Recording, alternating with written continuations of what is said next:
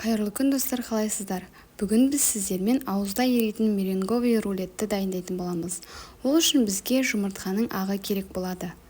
4 жұмыртқаның ағын құрғақ ыдысқа салып, осылай миксерлеп алатын боламыз. Содан соң керек мөлшердегі қантымызды салып жақсылап араластырып, одан 2 есе қылып көпіртіп алатын боламыз. Немесе сіздерде қант болмаса, сахарная пудра, яғни қант ұнтағын араластырсаңыздар да болады. Сол кезде жақсы болып шығады. Содан соң керекті мөлшердегі крахмалымызды салып, осылай араластырып аламыз. Арасында шым-шым лимон кислотасын салып араластырамыз. Масса осылай көтеріліп, дайын болған кезде оны аударып көреміз. Демек, ол егерде ыдыстан ағып кетпейтін болса, дайын деген сөз. Содан соң дайындап алған пергамент қағазымызға осылай төгіп алып, бір тегіс етіп жағып алатын боламыз.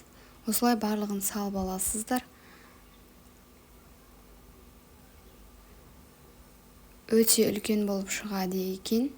Немесе 2 есе етіп жасасаңыздар болады. Өте дәмді рулет екен. Мен өзі алғаш рет жасап тұрмын. Алғаш жасағаннан идеальный болып шығатын рулет түрі деп айтсам болады. Осылай бір тегіс етіп, жан-жағына жеткізіп жағып аласыздар. Мен де бірінші жасағаннан жұқа болып кеткен сияқты көрінді.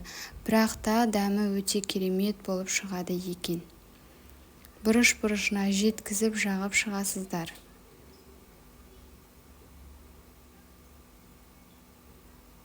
Жағып болғаннан соң өздеріңіздің қалауыңызға қарай ортасына варенье немесе жеміс-жидектер қосып жіберсеңіздер болады, бірақ ол өз қалауларыңызға қарай. Менің арнама тіркеліп, лайк басып, қоңырауша белгісін баса кетіңіздер. Сіздердің қолдауларыңыз мен үшін маңызды.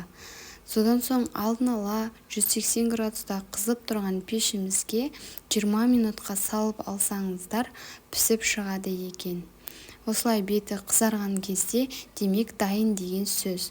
Содан соң міндетті түрде 20-30 минут аралығында дайын болған рулеттің қамырын осылай суытып алу үшін жаңа пергамент қағазына өткізіп алу қажет.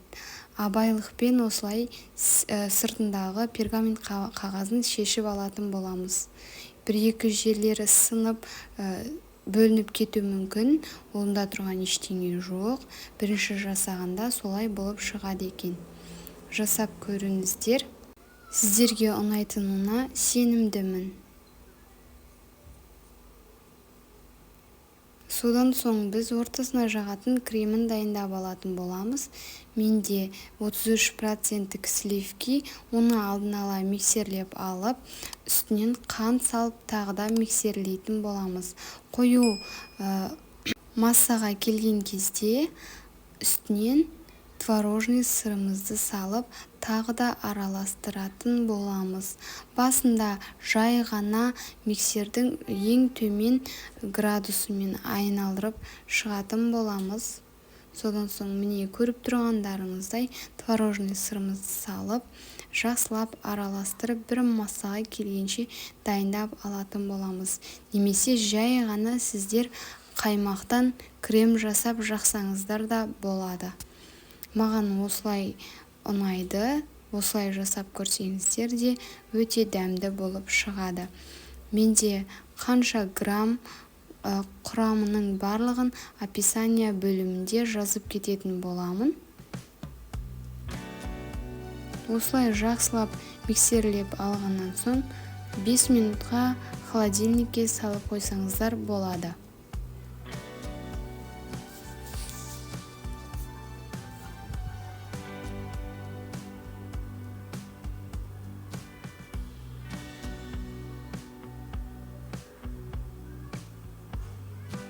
Содан соң дайын болған массаны жаңағы пісіп шыққан рулеттің үстіне жағып шығатын боламыз.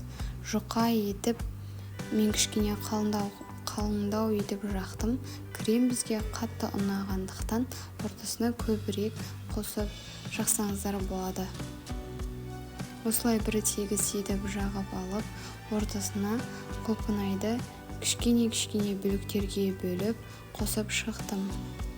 Немесе сіздерге құлпынай ұнамайтын болса, басқа жеміс түрін қосып жіберсеңіздер болады.